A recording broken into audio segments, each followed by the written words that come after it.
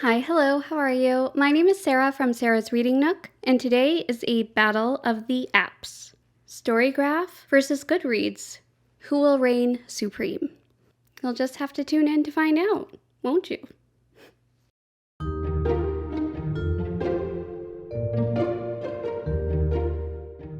Hi, my name is Sarah, and I make bookish videos, me and my cat, who likes to join me on occasion. We post every Wednesday and Sunday. And exciting news, we are going to be posting 3 times a week moving forward. At least we're going to try. Yeah. So I'm just going to get into this. We are talking today about the Storygraph versus Goodreads. We are finally doing it. It is the last day of Bookish Planuary. Go see the playlist if you want to see more of our planning videos. But today we are talking about the Storygraph. I have been playing with this app for a month or more, and I don't even know how many years I've had Goodreads. Like forever. And most of you probably use Goodreads already, like on a regular basis, like to track all of your books. So before we get into the comparison between Goodreads and the Storygraph, I think it would be good if we did a little backgrounder, a little screen capture to try to entice you to try out the Storygraph. It was new to me, and it's probably new to you. Just a hunch. Are you ready? Let's go. So the Storygraph is an online reading tracker, and it is also a book recommender. It was founded by Nadia Udeneo as a way to categorize and make a personalized reading list. So let's go into how does it work and what are the features. So the aesthetic is very sleek and monochromatic, essentially. There are various nice, beautiful colors of blue. So before we get too far, I just want to let you know that if you are worried about using the Storygraph because of all the work that you put into Goodreads, you can import that data. So now here we have downloaded the app browser to our homepage on my iPad. So right now you can see that we have several sections. We have a currently reading section, your recommendations, your to-read pile, and on the Storygraph. So currently reading is just what you would think it is. It shows the books that you are currently reading as well as their respective percentages of progress. And then you have your recommendations, which shows all of the recommendations that the Storygraph has generated for you based off of a survey that you do. And now we have the Your to Read pile, and that is basically your TBR. So it is all of the books that you are to read, and some of us have quite a few books, but that's life. All right, now let's go into my most used page, which is Your Storygraph. So this gives a nice sort of spreadsheet about what you are reading. So let's dive into the currently reading part. You can track your progress. So say I want to write that I am 20% done The Song of Achilles, which is right there. Let's put a 20 and let's do a percent, and we have just saved it. And then below it, you can see that there are some tags, which I love the tags so much. It's one of my favorite parts of the Storygraph. So let's keep going on with The Song of Achilles. That is a book by Madeline Miller. And it actually gives you a little bit more detail about the book. It tells you how many pages, when it was first published. Oh, I didn't know it was 2011. Whether or not you own it, the different editions that you can browse through and select your edition. And then we have the 3 tags that I have assigned to The Song of Achilles. I love tags. I love the tags so much. So this is to keep track of your books, keep them on a list, and I'm going to show you why that is so cool. So I have that it is part of my 2021 TBR, which you can see that video on the Bookish Planuary playlist. And it is also on my January 2021 TBR as well, which I have a video for as well. And it is a Top Shelf Society book club pick. So I can keep track of things. Now let's say, I don't know, I want to look at what my January 2021 TBR is. Well, you can just click on it and it brings up all 7 books. I have read 1, a 2, a 3. Sometimes you don't get to all the books. I still have to read the Song of Achilles. But that's not the point of this. The point is to show you that you can see all of your books. And not only can you see all the books that are within your tag, but if you click on it or tap with a pencil, you can filter your books. So like this list, it only has like 7 books. Well, I can go to my 2021 TBR and see the books that I have existing already on my to be read list. So I don't get carried away finding like other stuff that is like finding new shiny objects. I have a plan and I should theoretically stick with it. So like let's say I want to filter my books.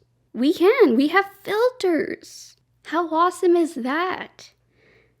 And like, let's say I want to find a book that I already have on my TBR list. So you can select whatever mood you are interested in. Like at this point, I can't really think of a mood that I want for next month, so I'm just gonna leave it blank. So basically, show books with all of these selected moods. For pace, it doesn't really matter. Slow, medium, fast, I don't mind. Now they have a very large list of genres. And I'm just going to pick LGBTQIA+. And I don't mind however long it is. Hello, Olivia, you want to come up? Yeah. Okay, you might see a tail now. Okay, Olivia wants to help. This is a little cat SMR. Okay. So you won't really see her, but just trust me, she's right here. I'm just going to pick only show me books that aren't in a series because I'm not really looking for a series. I'm just looking for a standalone. And let's see if there are any options. Ooh, 3 books. Okay, so there are 3 books. And let's actually go with Love and Resistance, Out of the Closet, and Into the Stonewall Era. So that will be for next month. And how about I show you how to make a tag? And so let's make it for my February TBR. February 2021 TBR. And look at that, we've updated it. And we now have a February 2021 TBR created. Now I want to show you something that I really love about the app. So you can set a reading goal for yourself. So in 2021, I want to read at least 52 books. So it gives you a percentage, the amount of books, and also the amount of pages that you've read. And it even gives you some encouragement, or not, depending on how you're doing. So it says, great stuff, you are on track. Now I want to show you my favorite part of this. There should be no surprise for those who are returning to my channel that the statistics is my, oh my god, I love it. I love the statistics part. So now for your reading statistics, you can choose whatever you like. So I'm just gonna say, let's look at my stats for last year. So you can select a specific month if you want, or you could look between 2 time periods. I just kind of met my goal, 52 books exactly. And the app shows you the amount of pages as well. So now there is a breakdown of books depending on mood. So they have several moods here, and you can see the key below. I have reflective, I have emotional, adventurous. Those are my top 3, etc. Now let's see, you want to find out how many reflective books you hover, and it gives you the amount. And if you tap on it, you'll be brought to all of the reflective books. So now let's say you want to see, I don't know, the funniest books that you read during 2020. You can just click, and then you can see the books in front of you right here. And now you can sort of see, like, depending on what your, like, rating was or what your review was like, you can kind of go back and say, okay, which were the funniest books that you read? And oh my gosh, I love the Unhoneymooners. It was so good. And, oh, this one from the Oatmeal, hilarious. It will break down the pacing of the books Now, most books I read, it's looking like it was either fast or medium, but it pretty much just looks like a peace sign. So it looks pretty equal. And most were shorter books, less than 300 pages.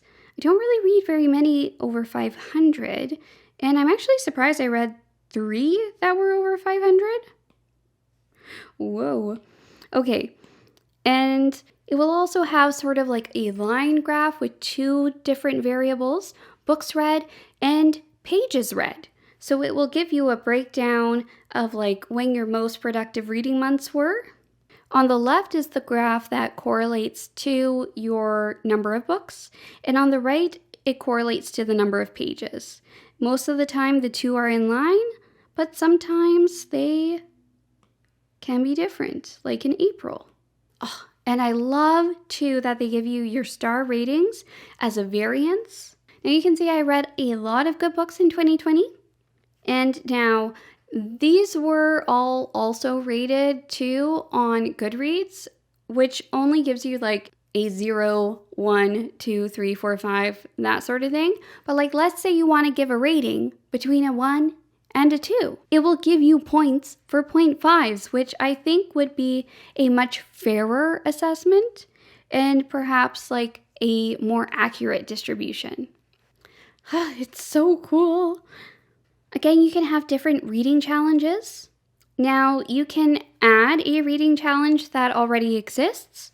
For instance, okay, let's see, Books and Lala.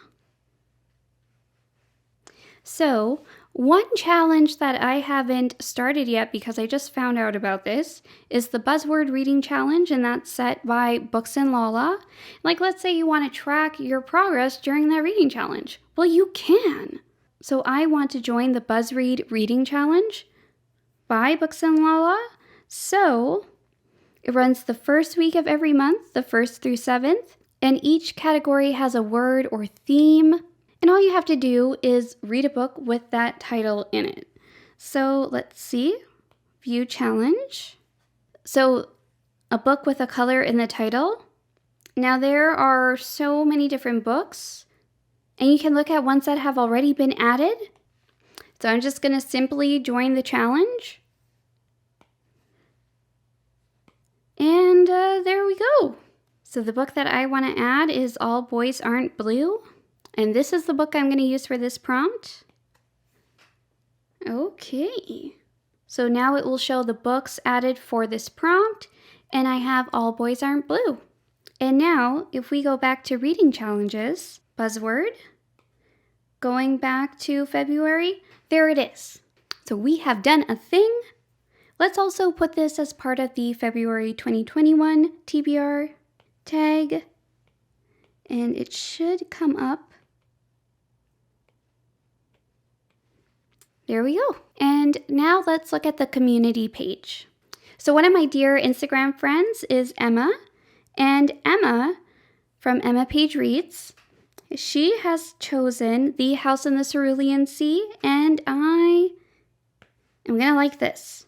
Now, I have read this book, and it was a Top Shelf Society Book Club pick, and I enjoyed it. So one of the things about the Story Graph is that it is a reading app. It's not really like a social media app. So even though you can like someone else and what books they are reading, you cannot see who has liked your stuff. So it will show you like when someone that you follow, for instance, whenever they have started to read a new book or finished. So yeah, those are the main features of the Story Graph.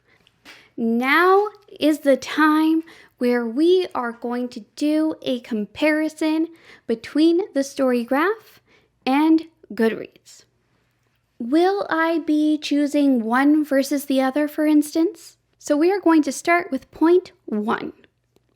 Now, although it is superficial, design aesthetics does play a role into what I enjoy.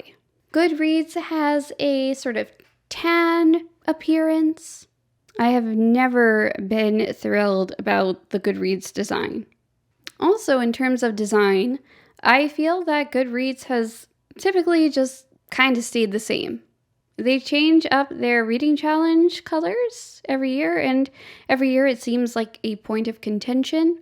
It's interesting, and I know different people have input where others don't. Let's just say I'm not really a fan of the aesthetic of Goodreads. Said it. The story graph, I think, is clean. I think is modern. I think is elegant. It's monochromatic. I think that they did a good job. And I feel that the story graph definitely wins this category. The second point, tracking your reading. I feel that for whatever reason, I don't find it very easy to get to my shelves in Goodreads, and I don't really find that much use in them or utility. The story graph literally gives you tags where you have a collection of your tags and all the books that are within it, and you can filter that with a significant amount of filtering. You have page number, you have mood, you have nonfiction versus fiction, etc. You can look at your TBR and actually do something very useful, which if you have a tag with like 52 books, it's really helpful to filter it. It can help you categorize your reading. And I think in this category, the story graph by far is better. Next, we're going to look at the social media aspect. The story graph itself is not a social media app, but it does give you the ability to share things on social media apps. For instance, you can share when you have joined a reading challenge. If you want to recommend a book, you can go and you can share it by clicking the share button. And you do have a community tab. And there you can see and encourage whoever is reading. But that isn't the primary aspect, I find, of the story graph. So here, I find, is where Goodreads really encompasses that sharing aspect. There are book groups, book group discussion pages. You can provide comments and feedback when someone else starts a book that you love. You can say, hey, what's up with this book? How did you get through chapter 14? You can share your own updates. Once you follow a friend, they will also see who followed them, and you can encourage others with the reading challenges. Now, I think it is fair to say that if you are looking for a reading tracker that also has that component, Goodreads does win this category.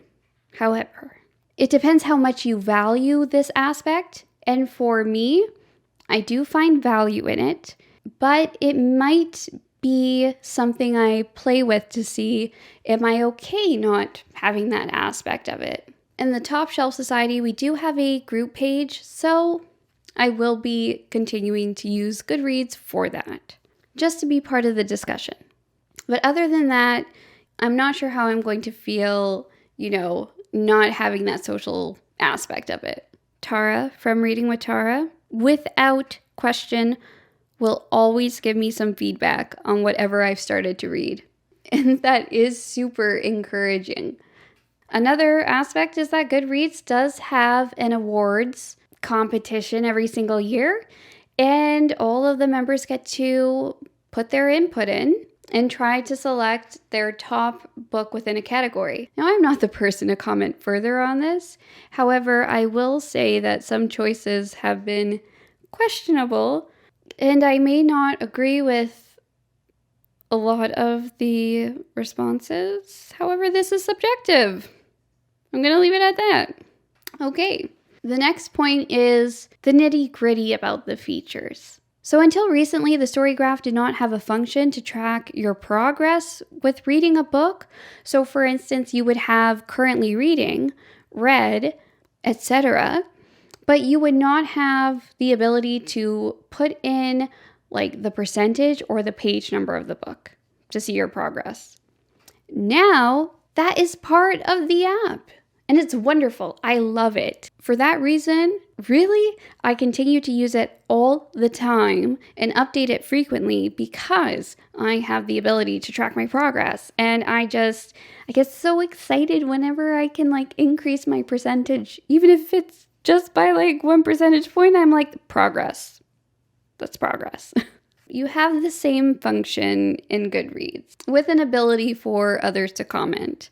However, I'm going to say it's pretty equal between the two here. But I think members would be swayed to Goodreads if they really like that engagement on whatever they're currently reading. You can like when somebody has started a book, but I don't believe that you can like see their percentages as they go. But it will tell you when someone has started, reviewed, or finished a book. And so maybe that function will happen in the future. Who knows?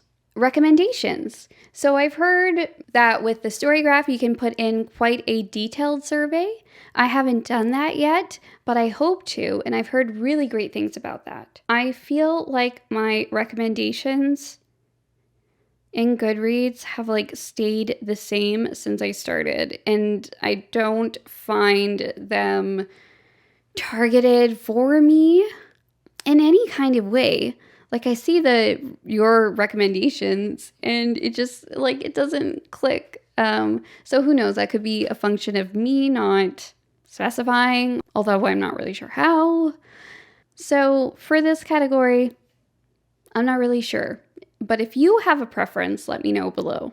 One function I love is that it will show you what books you own, and I think that is so useful. So you can literally look at all the books that you own and it will tell you, hey, I have read this, I want to read it, or etc. So for Goodreads, if you wanted to keep track of all of the books that you have read, you can make your own bookshelf of owned books. But I don't want to do that. I just want to click a button really easily and then be able to look at them all together. I find that it is easier to do so, and it is set up to do so on the Storygraph, so it wins. There we go. Finally, one of the biggest positives about the Storygraph is that you finally have the function, the selection, to DNF. I'm just going to loosen the stand so we can do a mic drop.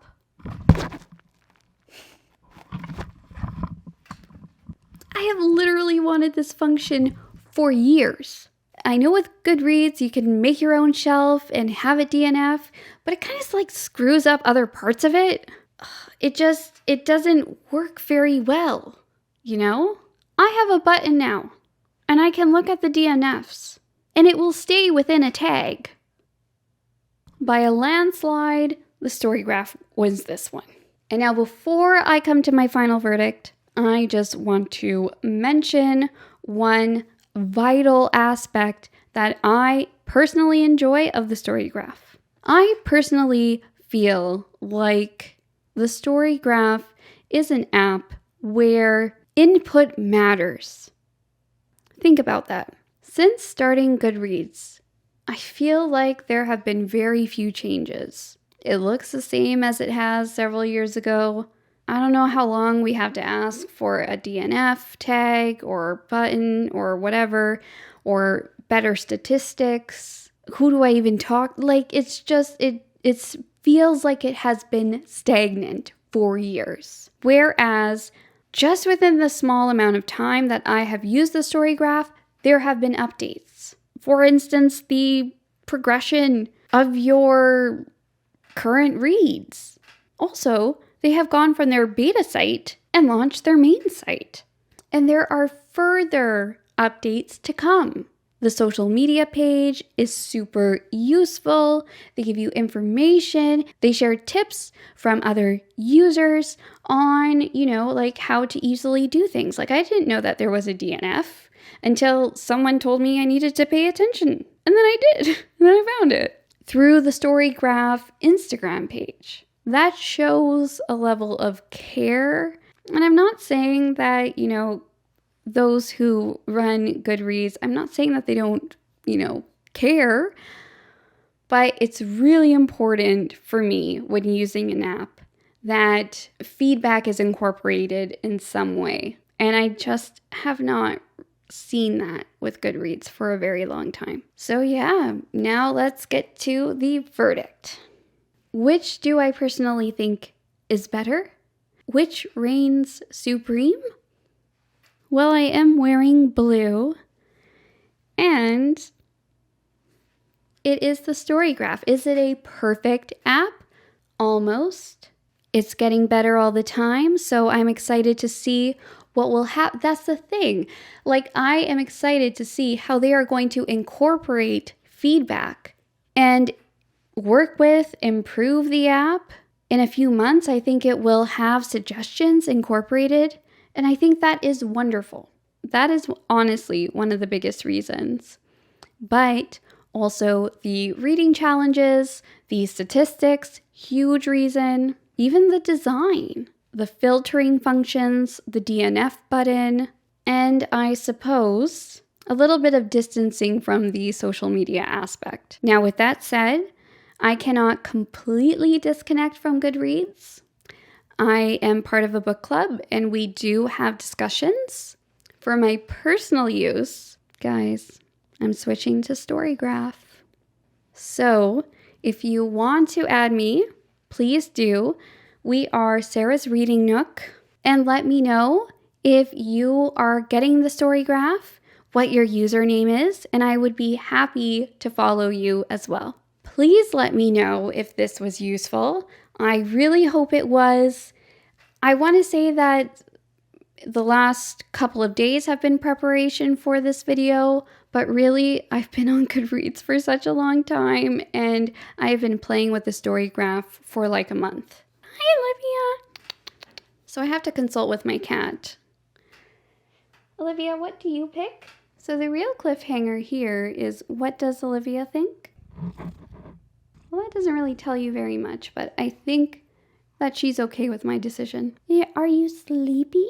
Trick question, she is always sleepy. Olivia loves to cuddle. And I think that this is telling me to wrap it up because someone needs their cuddles. And spoiler, I think it's both of us. So yeah, let me know what you think.